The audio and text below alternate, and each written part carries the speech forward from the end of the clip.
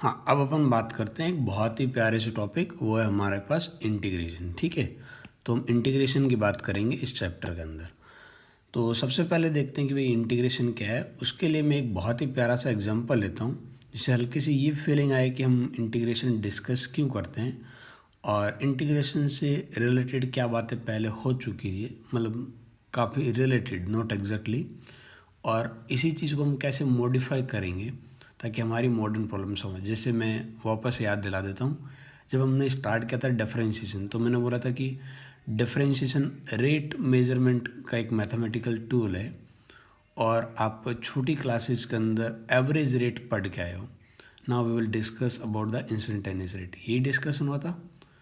यहाँ पे मैं थोड़ा सा एक बार ये बात करता हूँ कि हम सबको एरिया निकालना आता है ना, जैसे ट्रायंगल के एरिया, स्क्वायर के एरिया, रेक्टेंगल के एरिया, सर्कल के एरिया, कुछ बेसिक जो शेप है ना उनका एरियाज पता होता है, हम इजीली कैलकुलेट कर सकते हैं। जैसे पहले क्वेश्चन में एक ग्राफ गिवन है y इज इक्वल टू 3। ये ग्राफ क्या बोल रहा है कि भाई x की वैल्यू कुछ भी पुट करो, y कितना आएगा, 3 ही आएगा। और यहाँ मेरे से बोला जाए कि आप एरिया निकालिए इस ग्राफ का under x axis from x is equal to 0 to x is equal to 2। X के लिए 0 से 2 तक का जो इस ग्राफ का एरिया है एक्स एक्सिस के साथ, वो निकालना है। यानी कि मैं इस पार्ट की बात कर रहा हूँ। थोड़ा सोच के देखो ये पार्ट किस शेप में आ रहा है, तो आप बहुत आसानी से बोल सकते हो कि ये एक रेक्टेंगल है, जहाँ पे इसका जो एरिया हो जाएगा वो दोनों साइड का मल्टीप्लाई, 3 मल्टीप्लाई बाई 2। तो जब मैं यहाँ एरिया पूछ रहा है तो आप बोलोगे एरिया अंडर करो, तो वो आ जाएगा 3 मल्टीप्लाई बाई 2, दैट इज 6। बहुत आसान है ना।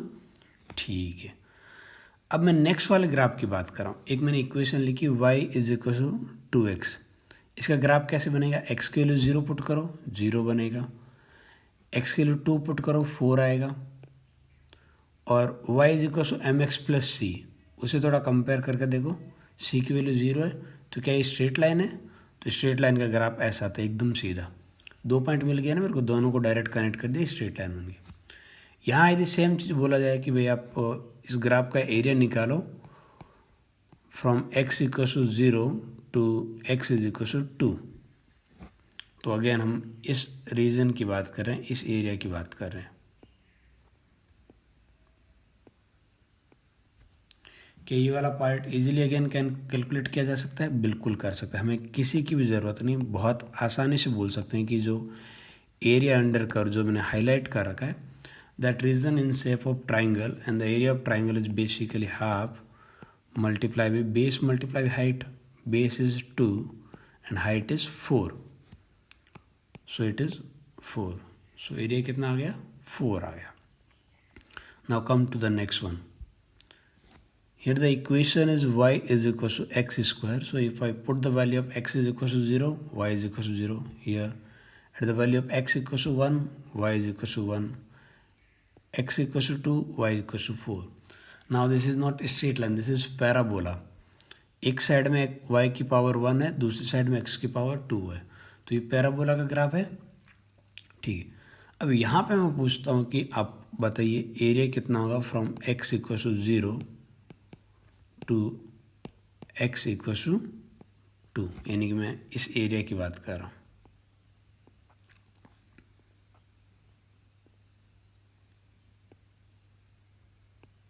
Now this is uncomfortable situation, क्योंकि हमें ये जो एरिया बन रहा है, ये जो मैंने रीजन हाईलाइट किया है, वो जिस शेप में है वैसी शेप का हमारे पास कोई स्टैंडर्ड फॉर्मूला नहीं है। अब तक 10th क्लास तक हमने ऐसा कुछ भी नहीं पढ़ा है जो इस टाइप की रैंडम शेप का एरिया के बारे में हमें बता दे, समझ रहे हैं। तो इस पार्ट का एरिया निकालना हमारे लिए पुरानी नॉलेज के बेसिस पे इम्पॉसिबल है। तो इसी सिचुएशन को हमें यदि एरिया निकालने की ज़रूरत पड़ जाए तो वहाँ पे एक बहुत ही इम्पोर्टेंट पर्सन अपना रोल प्ले करता है, and that person is called integration. ठीक है, आपको समझ में आ रही है। अब मैं एक बहुत ही छोटा सा एक ग्राफिकल वे में समझाना चाह रहा हूँ कि हाउ इंटीग्रेशन एग्जैक्टली वर्क। जैसे मैंने डिफरेंशिएशन बताया था ना कि डिफरेंशिएशन इंस्टेंटेनियस रेट निकालता कैसे, बिल्कुल वैसे ही अब मैं बात कर रहा हूँ कि इंटीग्रेशन हमारे पास एरिया कैसे देने वाला है, एक रैंडम शेप में एक कोई भी ग्राफ ले लेता हूँ, एक्स एक्सिस, वाई एक्सिस, ये सपोज कोई एक ग्राफ है और मुझे यहाँ पे x इज इक्वल स्मॉल ए और यहाँ पे x की वैल्यू है स्मॉल बी, और मुझे इसी पार्ट का वो चाहिए, एरिया चाहिए, यानी कि मुझे एरिया चाहिए x equal to a to x equal to b. मैं हाईलाइट नहीं कर रहा हूँ, आप समझ गए होंगे ना मैं किस रीजन की बात कर रहा हूँ। जो रीजन यहाँ से स्टार्ट होगा यहाँ पे ख़त्म होगा, इसके ग्राफ के नीचे वाला पार्ट, ठीक है। तो इस सिचुएशन के अंदर मैं बिल्कुल डिफरेंशिएशन वाली टेक्निक ही कुछ यूज़ करने वाला हूँ। मैं कहूँगा कि एक काम करो, ये वाला लाइन तो स्ट्रेट है जो दो मैंने वर्टिकल बना रखी, इवन जो एक्स एक्सिस वाली वाइट कलर में वो लाइन भी स्ट्रेट है, सिर्फ ये ऊपर वाली लाइन जो है ये कर्व फॉर्म में है, इस वजह से ये शेप रैंडम बनी और हम नहीं निकाल पा रहे हैं।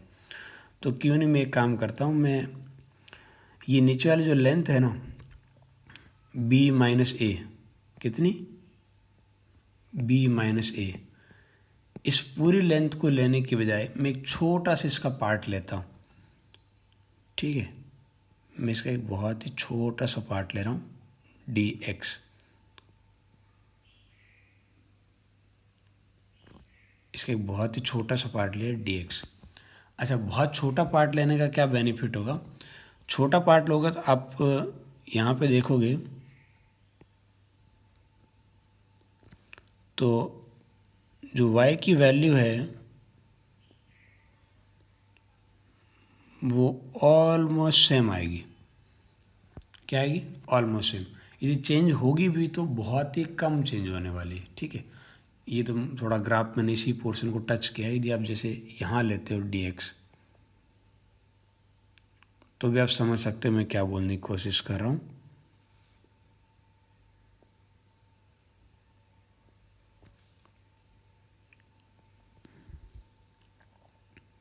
ये मेरा dx है,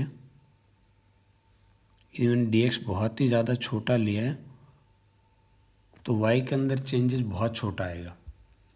dx बहुत छोटा लेंगे तो y के अंदर चेंजेस बहुत छोटा आएगा। और अब इस पार्ट को यदि मैं अच्छे से देखता हूँ, इस एलिमेंटल स्ट्रिप को, तो इस स्ट्रिप को यदि मैं साइड में दोबारा बनाता हूँ तो ये कुछ ऐसी दिखती है।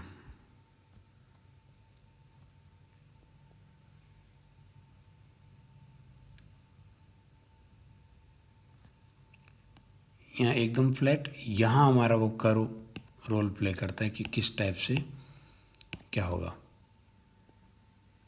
ठीक है। तो क्या इस छोटे से सेगमेंट को मैं, यदि मैं इस पूरे के एरिया की बात कर रहा हूँ, मैं इतने से सेगमेंट को ऊपर वाले को बोल भी जाऊँ तब भी सिर्फ इतने से पार्ट का एरिया निकालूंगा तो इस छोटे से स्ट्रिप का एरिया आ जाएगा। इस छोटे से स्ट्रिप का एरिया की बात करूँ तो छोटा एरिया को हम लिखते हैं एलिमेंटल, यानी DA। मैंने बोल रखा है कि जो भी है D आता है ना, इसका मतलब वो चीज़ बहुत ही छोटी चीज़ की बात कर रहा हूँ। DA मतलब एलिमेंटल एरिया, बहुत ही छोटा सा एरिया, ठीक है। तो छोटा सा एरिया ये कैसे लिख सकता हूँ, छोटा सा एरिया वो लिख सकता हूँ ये वाली इस स्ट्रिप की width, that is dx multiply भी इस स्ट्रिप की हाइट, ये वाली हाइट की बात कर रहा हूँ y। यहाँ पे जो भी है, अब इस जगह पे x की जो भी वैल्यू है उसके अकॉर्डिंग एक y आएगा, क्योंकि y हमारे पास किसका फंक्शन है, x का। अब x की वैल्यू पुट करते रहो, y आ जाएगा। तो बेसिकली मैं यहाँ y लिखूँ या फिर ऐसा बोलूँ f(x), जो भी इस पर्टिकुलर वैल्यू x पे जो आएगा, ठीक है। तो इस तरीके से मुझे ये एलिमेंटल एरिया मिल जाएगा।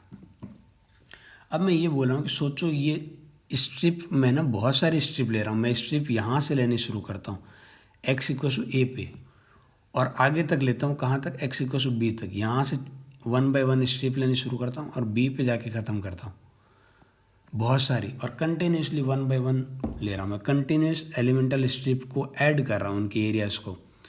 तो कहीं ना कहीं इस पूरे पार्ट का एरिया नहीं आ जाएगा। ठीक है, तो मैं सारे एलिमेंटल एरिया डी ए को ऐड करूँगा तो मेरे पास टोटल एरिया आ जाएगा। अच्छा, एक और चीज़ में जो आपने 10th क्लास में पढ़ी है, जैसे एक सीक्वेंस आती थी नंबर की, उसको एडिशन के लिए आप ऐसा साइन यूज़ करते थे, समेशन, याद आ रहा है? ये एक सीक्वेंस का एडिशन करता था कि भाई आई की वैल्यू 1 से 5 तक होगी या n तक होगी, इस टाइप से, याद आ रहा है? तो ये समेशन क्या करता था, यहाँ 1 से 5 यानी कि 5 डिफरेंट नंबर को, ठीक है, या 5 डिस्क्रीट वैल्यू को, यानी अलग अलग वैल्यू को ऐड करता था। समेशन हमेशा क्या करता है, ऐड करता है। हमें भी यहाँ बेसिकली एडिशन ही चाहिए, लेकिन थोड़ा सा डिफरेंस आ गया कि यहाँ जो समेशन था वहाँ एग्जैक्ट हमें पता था कि कितनी क्वांटिटीज है जिनको ऐड करना। जैसे यहाँ 1 से 5 है तो 5 नंबर को ऐड करना पड़ेगा। यहाँ पे नंबर ऑफ स्ट्रिप कितनी है ये नहीं बोल सकते हम, क्योंकि यहाँ स्ट्रिप कंटिन्यूसली एक के बाद एक है। ठीक है, तो स्ट्रिप यहाँ से स्टार्ट होगी, यहाँ पे ख़त्म होगी, यहाँ पे कंटिन्यूसली एडिशन हो रहा है। जब भी कंटिन्यूस एडिशन हो तो हम समेशन की जगह एक नई चीज़ यूज़ करते हैं जिसे हम बोलते हैं इंटीग्रेशन। और इंटीग्रेशन का साइन क्या होता है, वो इस तरीके से इंटीग्रेशन साइन आता है, यानी यही समेशन इंटीग्रेशन में कन्वर्ट हो जाता है when we talk about the continuous addition. This is use for discrete addition summation and this integration is used for continuous addition. So I will say integrating both side means अब दोनों side की जो quantities है उनकी continuous addition की बात कर रहे हो। तो सारे एलिमेंटल एरियाज डी ए को ऐड करूँगा तो मुझे क्या मिलेगा, मुझे टोटल एरिया मिल जाएगा ए। सो मैं लिखूँगा total area A is basically addition of elemental areas. ठीक है, और अब यहाँ पे एक और चीज़ पे बात आती है जिसे हम बोलते हैं लिमिट। क्या बोलते हैं, लिमिट। लिमिट क्या बोलती है, ये तो यही बता रहा है कि आप इस फंक्शन को इंटीग्रेट कर रहे हो एक्स के रेस्पेक्ट में। ठीक है, या आप बोल रहे हो कि एफ एक्स का मैं एरिया ले रहा हूँ एक्स एक्सेस के साथ, लेकिन एरिया कहाँ से कहाँ तक लेना है। जैसे मैंने यहाँ बोला ना, एक्स इक्वल टू ए पे शुरू करना लेना, और स्ट्रिप आपके पास ये जो डी एक्स स्ट्रिप है ना, ये एक्स इक्वल टू ए पे स्टार्ट होगी और एक्स इक्वल टू बी पे ख़त्म होगी। तो इसे ऐसा लिखते हैं, लोअर लिमिट ए अपर लिमिट बी, यानी कि स्टार्ट कहाँ से करना है, एंड कहाँ पे करना है। ठीक है, तो ये हमारे पास इस तरीके से हम बात करते हैं इंटीग्रेशन की। तो आई होप कि आपको कुछ चीज़ें समझ में आई। ये जो ए बी का सेंस समझ में आया होगा, दूसरा इस डी एक्स का मतलब क्या होगा, और डी एक्स के मल्टीप्लाई में यहाँ पे एफ एक्स या वाई भी लिखा हो सकता है। ठीक है, एफ एक्स बोलूँ या वाई बोलूँ एक ही बात है, क्योंकि वाई डिपेंड्स ऑन एक्स, या फिर आप इसे बोल दोगे y is a function of x. अब फिर अगेन डिफरेंशिएशन वाली एक ही चीज़ पे हम आके अटक गए कि भाई ये समझ में आ गया कि हम ऐसे इंटीग्रेट करेंगे, बट फॉर्मूलेज क्या है, एग्जैक्टली इंटीग्रेशन परफॉर्म कैसे करेंगे अपन, किसी इक्वेशन गिवन होगी तो। ठीक है, तो हम वहाँ पे वापस आते हैं, बराबर है। लेकिन अब तक जो मैंने बताया, मैं बस इतना बोलना चाह रहा हूँ। सबसे पहले मैंने एक एग्जांपल लिया है, उस एग्जांपल के थ्रू ये समझाया कि देखो कुछ बेसिक स्ट्रक्चर का आप एरिया निकाल सकते हो, एरिया अंडर कर्व, लेकिन बाकी जो रैंडम कर्व है उनका आप एरिया अंडर कर्व नहीं निकाल सकते। स्पेशली डिफरेंस कहाँ आ गया देखो, हाँ, जहाँ पर अपन एरिया नहीं निकाल पा रहे हैं, ऐसे केसेस के अंदर हम इंटीग्रेशन की हेल्प लेंगे। और इंटीग्रेशन वही काम कैसे परफॉर्म करेगा, छोटा सा स्ट्रिप लेके स्ट्रिप का एरिया निकालेगा और फिर उसी को कंटिन्यूसली ऐड कर देगा। और वो जो कंटिन्यूस एडिशन के लिए जो मैथमेटिकल टूल है दैट इज़ कॉल्ड इंटीग्रेशन।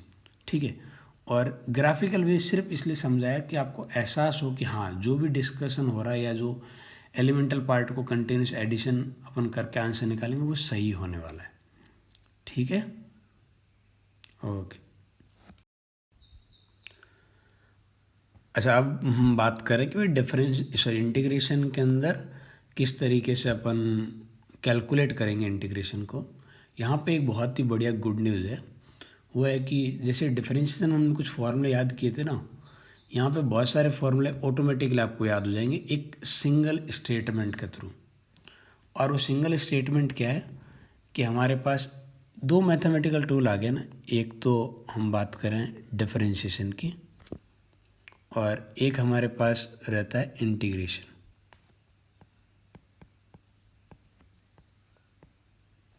ठीक है, ये दो मैथमेटिकल टूल है, एक डिफरेंशिएशन की बात करता है, एक इंटीग्रेशन।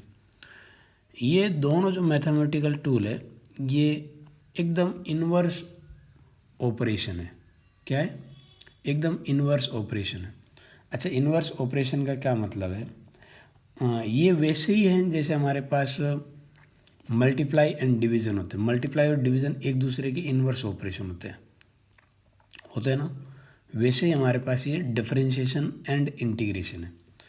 एक सिंगल स्टेटमेंट लिखता हूँ, देखो। सपोज मेरे पास एक फंक्शन है f(x) और मेरा मन किया कि चलो एक काम करो, इस फंक्शन को इंटीग्रेट करो। तो मैंने इस फंक्शन को इंटीग्रेट किया, कर दिया। ये भी नई चीज़ मिली, कुछ और मिलेगा ना। अब मैंने कहा कि जो भी मेरा आंसर आया ना, इस आंसर वाले पार्ट को अब आप डिफरेंशिएट करो। तो अब मैं डिफरेंशिएट करने वाला हूँ। मेरा जो आंसर आया, आंसर क्या था? ये वाले पार्ट की बात कर रहा हूँ कि आफ्टर इंटीग्रेशन जो भी मिलेगा। ठीक है, तो यहाँ से मुझे वापस से वहीं आ जाऊँगा मैं जहाँ से स्टार्ट हुआ था, यानी कि दोबारा आई विल गेट f(x). ठीक है, या फिर मैं इसको उल्टा भी बोल दूँ कि सपोज मेरे पास एक फंक्शन था f(x) और मैं इस f(x) को पहले डिफरेंशिएट कर रहा हूँ।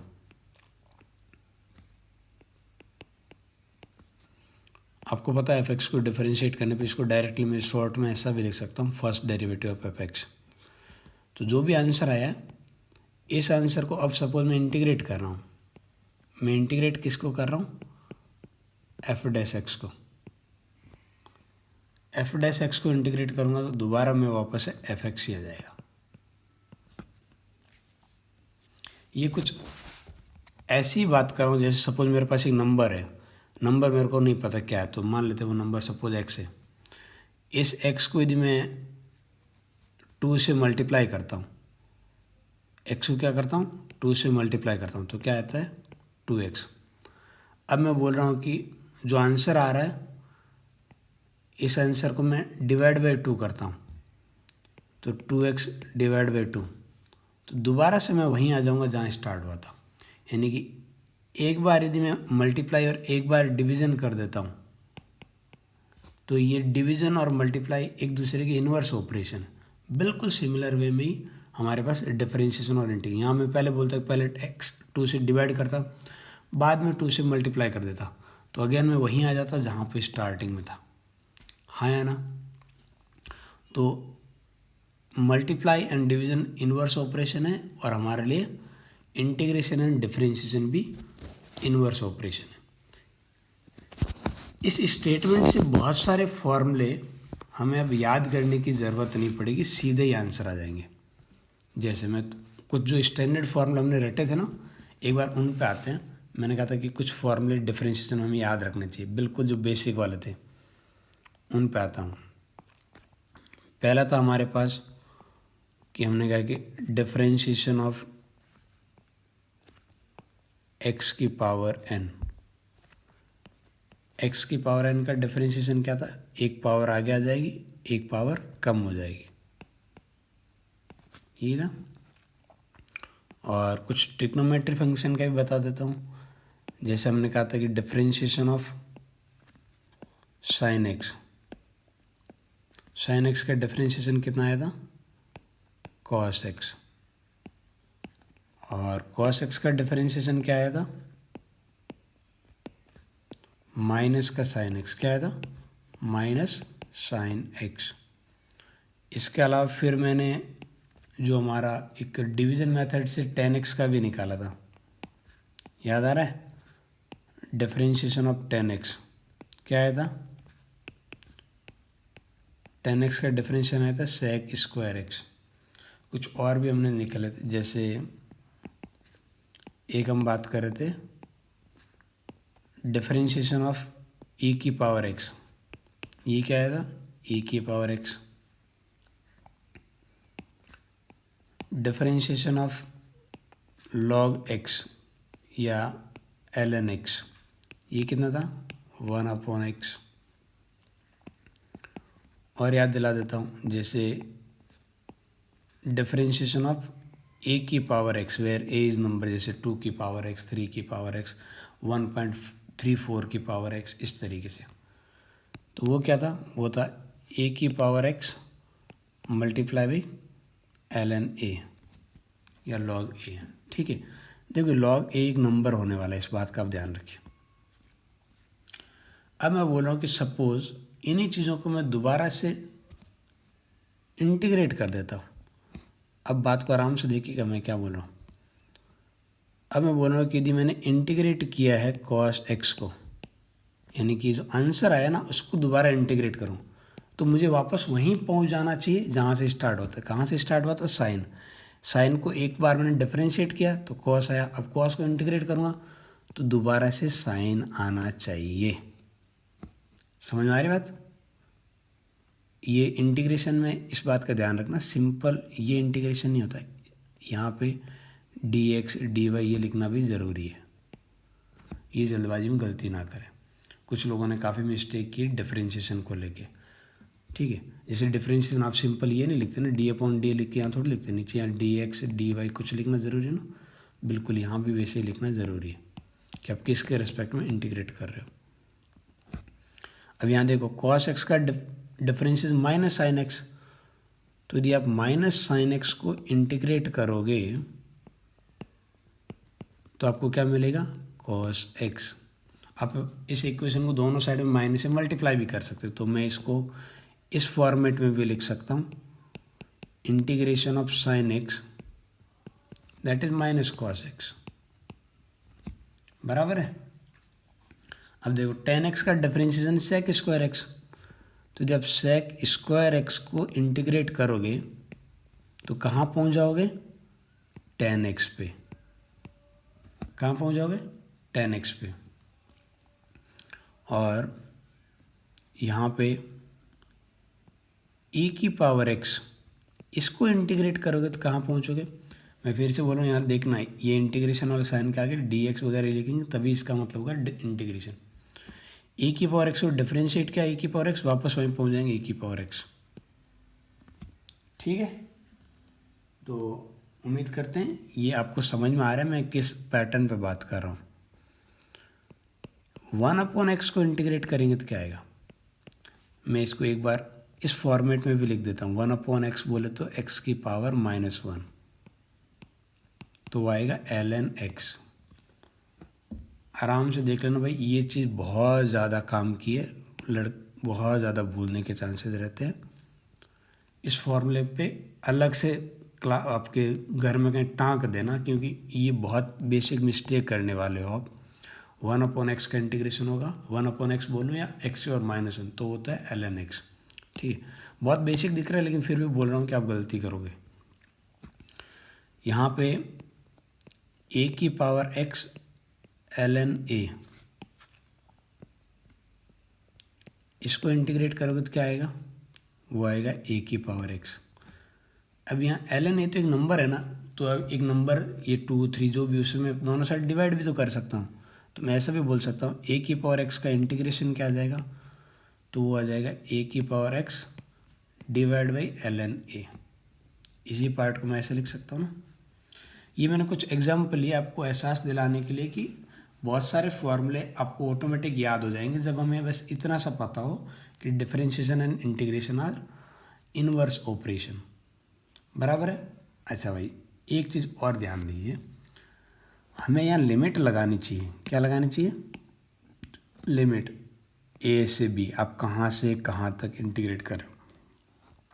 यदि मैं ये लिमिट नहीं लगाता, ये लिमिट लिखी होती है तब आप इसे बोलते हो डिफाइंड इंटीग्रेशन, और जब मैं लिमिट नहीं लिखता हूँ then it is called undefined integration. और जब भी आप अनडिफाइंड इंटीग्रेशन की बात करोगे तो आंसर में एक कांस्टेंट ऐड किया जाता है प्लस आई या plus C, and that constant is called integration constant. क्या बोलते हैं? Integration constant. इस बात का ध्यान रखिएगा। यदि मैंने लिमिट नहीं लगाई है तो प्लस का आई या प्लस का c, where we don't know the value of this integration constant. ये इंटीग्रेशन कांस्टेंट सिर्फ एक ही तरीके से कैलकुलेट किया जा सकता है, वो है कि जब लिमिट पता हो। ठीक है, क्योंकि अब अलग अलग लिमिट पे आंसर तो अलग अलग आएगा ना, इस वजह से प्लस आई लगाना बहुत ज़रूरी है। बराबर है। तो जहाँ जहाँ मैंने नहीं लिखा है वहाँ आप प्लस आई ज़रूर लिख दीजिए यदि मैंने लिमिट नहीं लिखा तो। और जब हम बेसिक मतलब क्वेश्चन सॉल्व करेंगे तो लिमिट कम ही लगाएंगे। एक हमारे जब फिजिक्स में जब भी ज़रूरत पड़ेगी तो हमेशा लिमिट के साथ ही ज़रूरत पड़ेगी। ठीक है, सिर्फ जब हम लर्निंग वाला पार्ट पे जा रहे थे तो हम लिमिट पे फोकस नहीं करते। अभी हमने ये नहीं बताया कि लिमिट कैसे यूज़ होगी, ये पुट कैसे करेंगे, उस पर भी आ जाएंगे। ठीक है, लेकिन लिमिट नहीं लगाएंगे तो इधर प्लस आई नहीं लिखेंगे। मैं इस पार्ट पे और डिटेल में बात करूँगा, आपको घबराने की ज़रूरत नहीं है, अभी बस थोड़ा सा ही मैंने बोला है। एक चीज़ मैंने यहाँ छोड़ दी, वो है सबसे पहले वाली चीज़, उस पर दोबारा आते हैं भाई। तो यहाँ मैं बोलूँगा कि यदि आप इंटीग्रेट करोगे n x की पावर n-1 तो आपको मिलेगा x की पावर n का। अब ये जो फॉर्मेट है ना, ये थोड़ा अजीब दिखता है, आप समझ रहे हो ना मेरी बात को। इसी चीज़ को मैं दोबारा नीचे लिख रहा हूँ, देखना अब समझ जाओगे मैं क्या बोल रहा हूँ। यानी कि आपने बोला था कि भाई आप x की पावर n को डिफरेंशिएट करते हो तो आपको मिलता है n x की पावर n-1, और मैंने बोला था कि यदि आप आंसर को डिफरेंशिएट इंटीग्रेट करोगे तो आपको वापस वही मिल जाओगे x की पावर n। अच्छा देखो, मैं इसको थोड़ा सा नेक्स्ट स्टेप में ऐसा लिख रहा हूँ, n तो नंबर है ना, तो इस n नंबर को हटाने के लिए मैं ऐसा लिख सकता हूँ ना, x की power n-1 dx is equal to x की पावर n अपॉन n। थोड़ा ध्यान दीजिए, यहाँ पावर क्या है n-1, यहाँ पावर क्या है n, इधर वाली पावर के रेस्पेक्ट में आंसर में एक पावर ज़्यादा आ रही है, n-1 से कितनी होगी n, और जो ऊपर पावर है वही चीज़ नीचे आ रही है। तो मैं इसे क्या है, इसी को मॉडिफाई करके ऐसा भी लिख सकता हूँ ना, यदि यहाँ x की पावर n होता तो इधर पावर एक बढ़ाते तो n+1 हो जाता, इधर n+1 होता तो इधर n+2 हो जाता, इधर n-2 होता तो इधर n-1 हो जाता। आप समझ रहे हो ना, एक पावर बढ़नी है और जो ऊपर पावर है वही पावर नीचे लिखनी है। यदि लिमिट नहीं लगा रहा हूँ तो मुझे प्लस का आई लिखना चाहिए। मैं इस फॉर्मेट को ज़्यादा यूज़ करूँगा। अब किसी को यदि हल्का सा भी डाउट हुआ ना कि नहीं सर मजाक कर रहे हो, हमें तो नहीं भरोसा ये सही है कि नहीं, तो उल्टा कर लेते ना भाई, जो आंसर आया उसको डिफरेंशिएट कर लेते हैं। यहाँ जो आंसर आया इसको डिफरेंशिएट करो, इस आंसर के डिफरेंशिएशन की बात कर रहा हूँ मैं। ठीक है, तो मैं बात कर रहा हूँ डिफरेंशिएशन ऑफ x की power n+1 upon n+1 plus आई। दो पार्ट अलग अलग है, सेपरेट डिफरेंशिएट करेंगे। पहले वाले में 1/n+1, ये तो एक नंबर है तो साइड में आ जाएगा। अब बचा x की पावर n+1, तो पहले तो पावर आगे आ जाएगी तो n+1 आगे आ जाएगी, और एक पावर कम हो जाएगी तो n+1 -1। ठीक है, तो ये वाला पार्ट कैंसिल आउट, और आई तो एक नंबर है और नंबर का डिफरेंशिएशन क्या हो जाता है 0। क्या आ गई है x की पावर n आ गया, x की पावर n का इंटीग्रेशन, ये इंटीग्रेशन को दोबारा डिफरेंशिएट किया तो वापस आ गया x की पावर n बराबर है। तो हम इस फॉर्मेट को याद रखेंगे, x की पावर n का इंटीग्रेशन क्या होगा, x की पावर n+1 अपॉन n+1।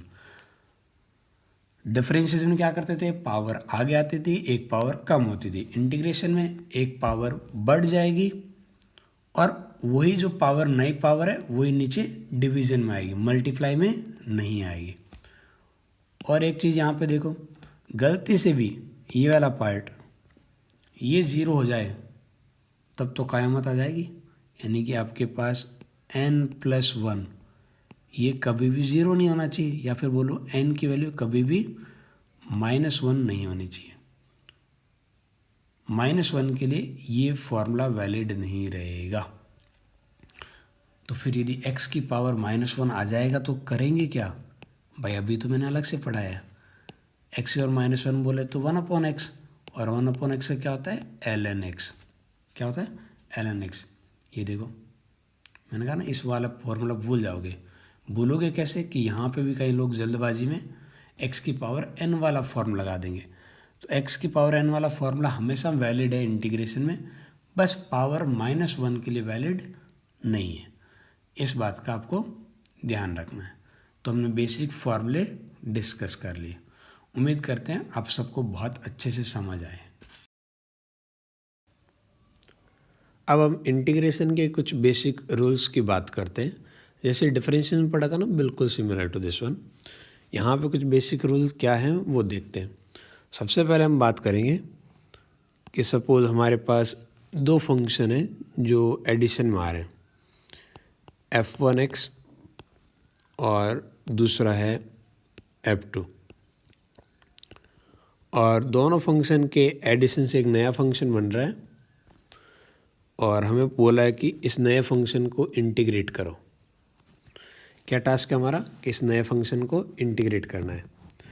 और अनफॉर्चुनेटली सपोज आपको दोनों को ऐड करने पे जो नया फंक्शन बनता है उसके इंटीग्रेशन का फॉर्मूला नहीं पता, या जो हमने अभी जो कुछ स्टैंडर्ड फार्मूला हमने रटे हैं उनमें से नहीं है।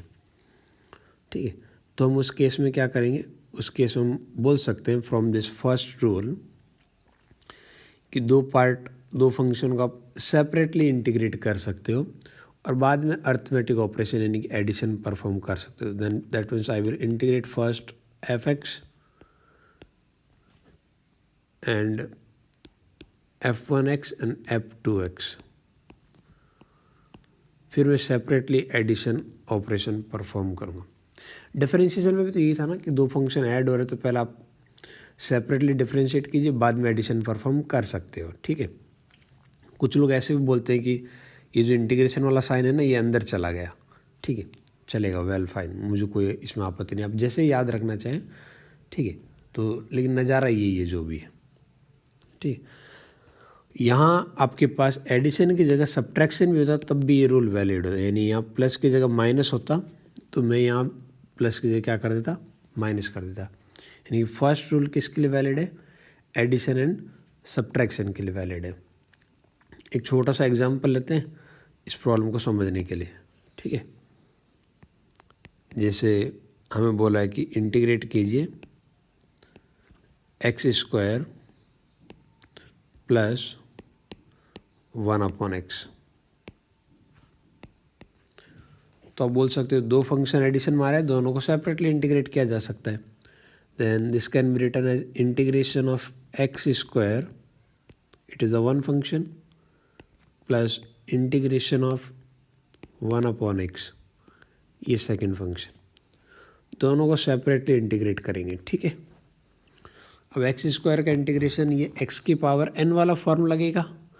x की पावर n का फॉर्मूला क्या होता है, इंटीग्रेशन की बात कर रहे हैं, अब डिफरेंशिएशन नहीं।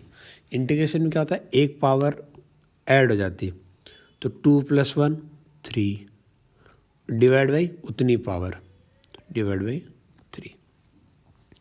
ये आ गया x² का, ये प्लस का साइन एज इट इज। आगे क्या है, x की पावर -1। x की पावर -1 के लिए x की पावर n वाला फॉर्मूला नहीं लगता, क्योंकि वो फॉर्मूला सिर्फ x = n = -1 के लिए वैलिड नहीं रहता। उस केस में 1/x का इंटीग्रेशन क्या होता है, वो होता है ln x, log x। ठीक है, तो ये आ गया log x। और हमने दोनों इंटीग्रेशन में लिमिट नहीं लिखी है, इस वजह से एक इंटीग्रेशन कांस्टेंट i ऐड करना चाहिए। तो मैंने एक इंटीग्रेशन कांस्टेंट i ऐड कर दिया। तो ये हमारे पास रहा पहला रूल। ठीक है, अब हम चलते हैं सेकंड रूल की तरफ। सेकंड रूल कुछ ऐसा है, रूल नंबर 2 की बात करें।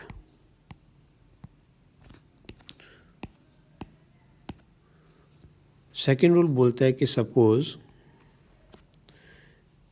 एक कांस्टेंट किसी फंक्शन से मल्टीप्लाई हो रहा है और आपको उसको फिर इंटीग्रेट करना है। क्या बोल रहा हूँ, एक कांस्टेंट किसी फंक्शन से मल्टीप्लाई हो रहा है और फिर जो रिजल्टेंट फंक्शन बन रहा है आपको उसे इंटीग्रेट करना है। तो आप इस कांस्टेंट को इंटीग्रेशन के बाहर ले सकते हो, कांस्टेंट को इंटीग्रेशन से बाहर ले सकते हो और रिमेनिंग पार्ट को इंटीग्रेट कर सकते हो।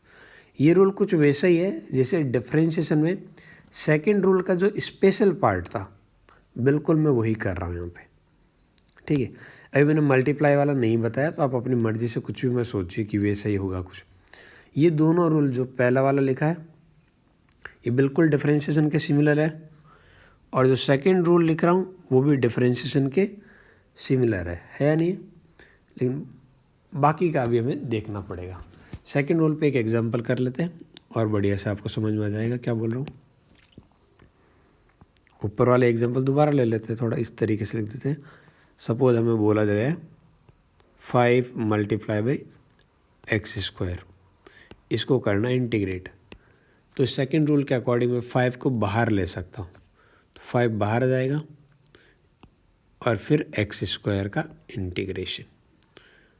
एक्स स्क्वायर का इंटीग्रेशन क्या आ जाएगा, एक्स की power 2 + 1 that is 3 divide by 2 + 1 that is 3। हमने लिमिट नहीं लिखी है इसलिए इंटीग्रेशन कांस्टेंट आई ऐड करेंगे, बराबर है। तो ये दो बहुत ही बेसिक से रूल है। ठीक है, अच्छा एक छोटा सा एग्जांपल लेते हैं। यदि कभी आपको ऐसा बोला जाए कि एक काम करो, इंटीग्रेट करो 1 को,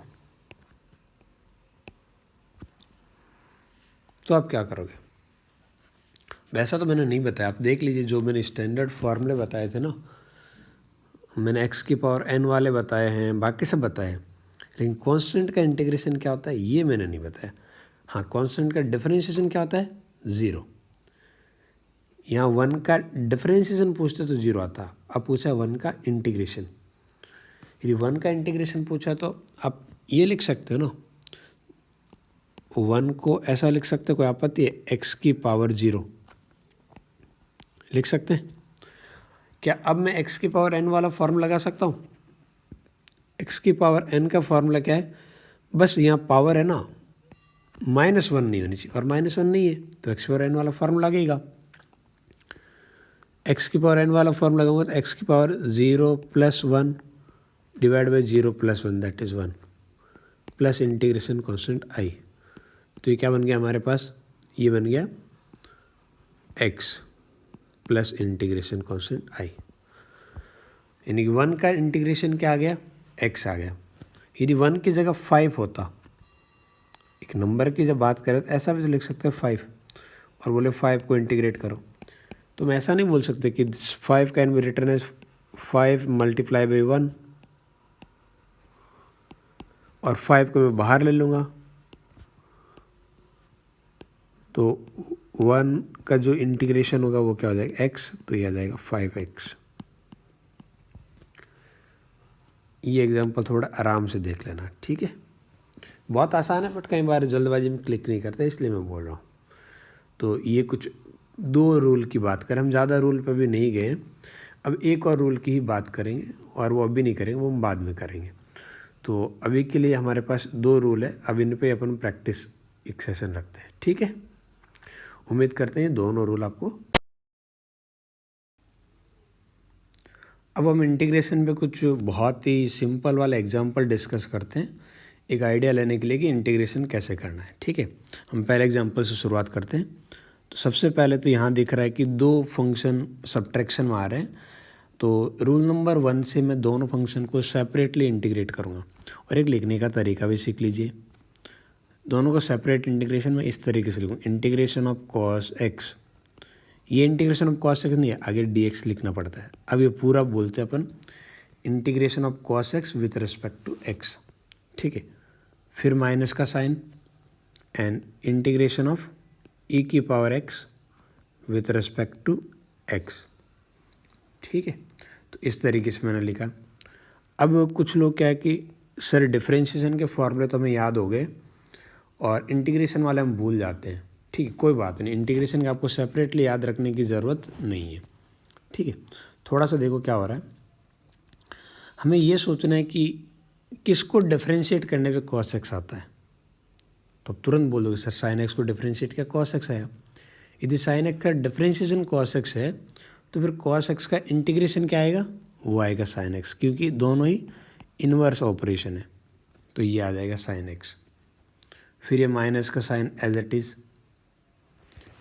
ए की पावर x को डिफरेंशिएट करते हैं तो ए की पावर x ही आता है, इसलिए ए की पावर x का इंटीग्रेशन भी ए की पावर x होगा।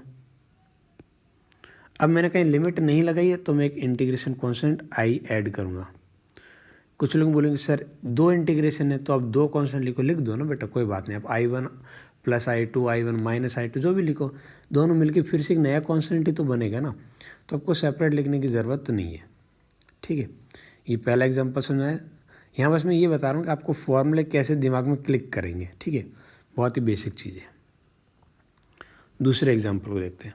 यहाँ बोला है x minus 1/x plus sine x. Again मैं सबसे पहले तो इसको 3 पार्ट में डिवाइड कर सकता हूँ from the rule number 1। Rule number 1 से मैं क्या बोलूँगा, this is equal to the integration of x with respect to x minus integration of 1/x with respect to x plus integration of sine x with respect to x। अब in part को separately देखते हैं। ठीक है, x का integration क्या होगा, तो x का इंटीग्रेशन तो मैं x की पावर n वाले फॉर्मूले का सकूँ, तो n की पावर या n कितना, पावर कितनी, 1, तो एक पावर ऐड हो जाएगी तो बनेगा x की पावर 1 + 1 2 डिवाइड बाई 1 + 1 2। फिर ये माइनस का sign as it is, 1/x को आप लिख सकते हो x की पावर -1, और x की पावर -1 के लिए x की पावर n वाला फार्मूला नहीं लगता, क्या लगता है, log x बनता है। तो ये बनेगा log x या ln x, आप कैसे लिखो। फिर प्लस का साइन। अब आगे वाले पार्ट को आराम से देखना भाई। साइन x का डिफरेंशिएशन होता है cos x, और cos x का डिफरेंशिएशन होता है माइनस साइन x, यानी कि माइनस साइन x होता तो आप इसका इंटीग्रेशन लिख देते cos x। तो आप एक काम करो ना, 2 बार माइनस से मल्टीप्लाई कर सकते हो, या फिर ऐसे बोलो कि cos का डिफरेंशिएशन यदि माइनस साइन एक्स आता है तो माइनस साइन एक्स का इंटीग्रेशन cos x और प्लस साइन एक्स का माइनस cos x, तो इसका इंटीग्रेशन आ जाएगा माइनस cos x। वैसे मैंने ऊपर प्रैक्टिस के अंदर लिखवा भी लगा था, जब सबसे पहले फॉर्मूला लिखा हुआ था ना, तब लिखवाया था साइन एक्स का इंटीग्रेशन क्या होगा, माइनस cos x, फिर एक इंटीग्रेशन कांस्टेंट i, ये वाला माइनस इस प्लस से मल्टीप्लाई होकर क्या बना देगा, माइनस। तो ये पार्ट ऐसा लिखा जाएगा ln x minus cos x। उम्मीद करते हैं ये वाली चीज़ आपको समझ में आई कि मैं जो यहाँ बताने की कोशिश कर रहा हूँ इस पार्ट को कैसे सॉल्व करना है। ठीक है, इस पार्ट की बात कर रहा हूँ, ये वाला पार्ट उम्मीद करते हैं आप सबको बहुत बढ़िया से समझ में आया। नेक्स्ट प्रॉब्लम पे आते हैं। नेक्स्ट प्रॉब्लम है ये वाली। अगेन मैंने यहाँ 3 फंक्शन एडिशन और सब्ट्रैक्शन मारे हैं, तो मैं रूल नंबर 2 से इसे ऐसा लिख सकता हूँ। रूल नंबर 2 सिर्फ फर्स्ट से कैसे लिख सकते हैं, दैट इंटीग्रेशन ऑफ 2 की power x with respect to x minus integration of x square with respect to x plus integration of 2x लिख सकते हैं ना ऐसा बन। देखते रहिए भाई, 2 की पावर x यानी कि 1 की पावर x वाले की बात कर रहे हैं। थोड़ा सा मैं याद दिला देता हूँ, डिफरेंशिएशन में क्या कर रहे थे, हम बोल रहे थे कि यदि आप 1 की पावर x के डिफरेंशिएशन की बात कर रहे थे तो वो आ रहा था 1 की power x multiply by ln a। अब यदि आप इधर वाले को इंटीग्रेट करोगे आंसर को, a की पावर x ln a को, तो कितना आएगा, तो आएगा a की पावर x, और ln a को मैं दोनों साइड से डिवाइड कर देता हूँ, तो यहाँ से ये हटेगा, इधर आएगा ऐसे ln a। ठीक है, तो a की पावर x का इंटीग्रेशन क्या होगा, a की power x divide by ln a, तो 2 की पावर x का 2 की power x divide by ln 2। समझ में आया। आगे फिर माइनस का साइन एज इट इज़। ठीक है, एक्स स्क्वायर का क्या हो जाएगा, एक्स की पावर एन वाला फॉर्मूला, तो हो जाएगा एक्स की पावर 2+1 3 डिवाइड बाई 2+1 3। ठीक है, अब आगे वाले पार्ट को देखना। आगे वाले पार्ट में बोलूँगा 2 मल्टीप्लाई बाई एक्स आ रहा है, 2 तो एक नंबर है, तो रूल नंबर 2 से पहले 2 बाहर आ जाएगा और मैं ऐसा लिख दूंगा एक्स डी एक्स। ठीक है, और इस पार्ट को आपको पता है कैसे इंटीग्रेट करना है। ठीक है, एक्स का इंटीग्रेशन क्या आ जाएगा, वो आ जाएगा एक्स स्क्वायर बाई 2। लिख दोगे अगले स्टेप में आप। तो इस तरीके से ये अपना थर्ड क्वेश्चन भी डिस्कस हो गया। नेक्स्ट वाले पे आते हैं। सबसे पहले वही काम करेंगे कि यहाँ पे बहुत सारे फंक्शन एडिशन और सब्ट्रैक्शन मारे हैं, तो रूल नंबर 1 से अलग अलग लिख सकता हूँ। So this can be written as sec square x minus cos x plus 5e की पावर एक्स। इन तीनों को सेपरेटली मैं डिफरेंस इंटीग्रेट कर रहा हूँ। ठीक है, सबसे पहले सेक स्क्वायर एक्स के इंटीग्रेशन की बात कर रहे हैं। किसको डिफरेंशिएट करने पे सेक स्क्वायर एक्स आता है, दैट इज 10x। तो 10x का डिफरेंशिएशन होता है सेक स्क्वायर एक्स। तो सेक स्क्वायर एक्स का इंटीग्रेशन क्या हो जाएगा, वो हो जाएगा 10x। तो ये बनेगा हमारे पास 10x। अब बताओ साइन एक्स का डिफरेंशिएशन क्या होता है, वो होता है कॉस एक्स। तो कॉस एक्स का इंटीग्रेशन क्या हो जाएगा, साइन एक्स। इस पार्ट को मैं वही करूँगा, रूल नंबर 2 से 5 को मैं इंटीग्रेशन से बाहर लिख सकता हूँ। अब बात करते हैं e की पावर x के इंटीग्रेशन की। तो e की पावर x का इंटीग्रेशन क्या बनेगा, e की पावर x का जो इंटीग्रेशन होता है वो होता है e की पावर x। तो e की पावर x का e की पावर x और एक इंटीग्रेशन कांस्टेंट सबके लिए बराबर है। तो ये आपके पास नेक्स्ट प्रॉब्लम भी डिस्कस हो गई। देखना बहुत आसान है, बिल्कुल आसान है ना। एक और लास्ट प्रॉब्लम डिस्कस कर लेते हैं।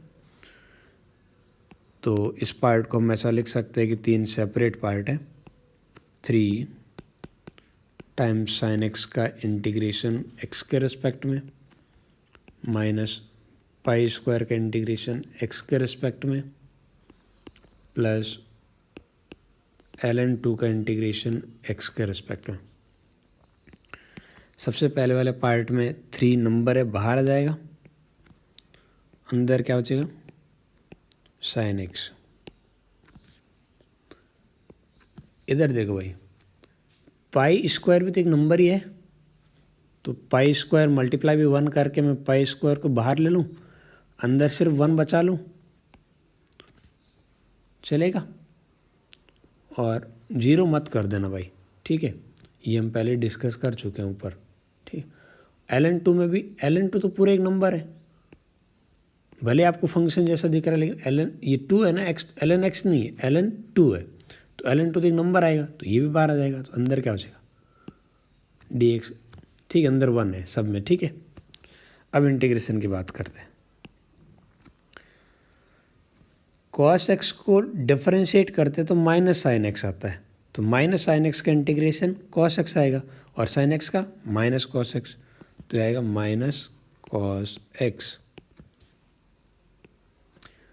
पाई स्क्वायर एज इट इज और 1 का इंटीग्रेशन क्या होता है, x, तो ये आएगा x प्लस ln 2, ये नंबर है बाहर एज इट इज है, अंदर 1 का x plus integration constant i। ये भाई दोनों सेपरेट है। ln 2 मल्टीप्लाई बाई x है, ln 2x नहीं है। ठीक है, इसलिए मैंने ब्रैकेट में लिख दिया। अच्छा, यदि यहाँ ln 2 की जगह ln x होता तो हम इंटीग्रेट नहीं कर पाते, क्योंकि अब तक की हमारी जो नॉलेज है ना, उसके बेसिस पे हमने ln x का इंटीग्रेशन का फॉर्मूला नहीं पढ़ा भाई, डिफरेंशिएशन का ज़रूर पढ़ा है। सोच के देख लो, ऐसी कोई भी चीज़ नहीं थी जिसका डिफरेंशिएशन करने पे ln x आया था। ठीक है, तो ln x होता तो हम नहीं कर पाते, फिर उसे कैसे करेंगे वो एक अलग स्टोरी है, हम बस ये बता रहे हैं कि अब तक के नॉलेज पे हम उसे नहीं कर पाते। ठीक है, ओके। उम्मीद करते हैं आपको ये बहुत अच्छे से समझ में आया हो। बहुत बेसिक प्रॉब्लम डिस्कस कर रहे थे अपन।